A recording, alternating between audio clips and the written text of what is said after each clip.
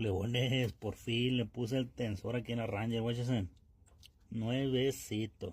Según le iba a cambiar este nomás, pero pues compré los dos juntos. Apenas esta semana fui al dealer, tuve chance y fui y lo agarré.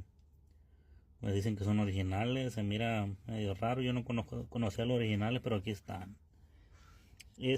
Guáchense, trae un alambrito aquí, un segurito, porque trae un perno, pues para quitárselo ya, pum, que ya se tense como va a quedar.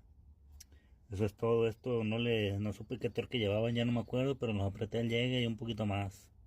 Y pues este es el que le había puesto primero, es de marca las Clois. Guáchense lo que le pasó, miren, ven cómo está bien torcido.